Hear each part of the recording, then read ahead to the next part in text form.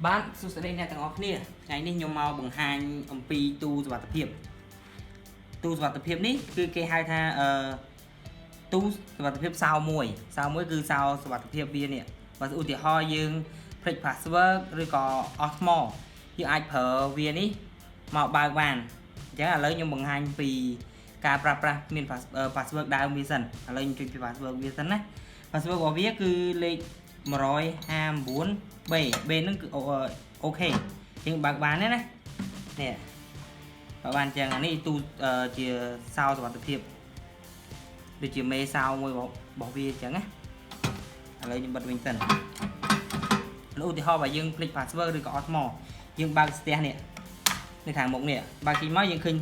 សោនេះហើយយើងអាចប្រើសោនេះដើម្បីមកបើកទូនឹងបានយើងកាច់វាមកនេះយើងកាច់នេះទៅវានឹងអាចបើកបានហើយនឹងប្រើថានឹងប្រើនៅពេលដែលអស់ថ្មឬក៏យើងភ្លេច password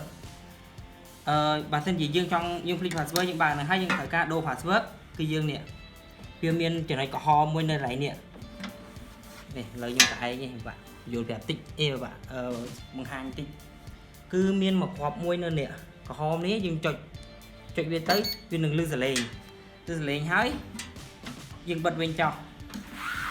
បិទវិញបើយើងដូរ password វាលើឧទាហរណ៍យើងដាក់1 2 3 4 5 6 7 8 enter យើងជាប់ណាឥឡូវយើងបើកវា1 2 3 4 5 6 7 8 enter អូខេហើយបើកបានហើយនេះវិញនេះគឺជាកន្លែងដាក់ថ្មរបស់វា4កូនមកនឹងអស់យើងអាចដើររកទិញបានអត់អីទេអាហ្នឹងអូខេឥឡូវការបង្ហាញរបស់ខ្ញុំគឺចប់ត្រឹមហ្នឹងបាទអរគុណច្រើន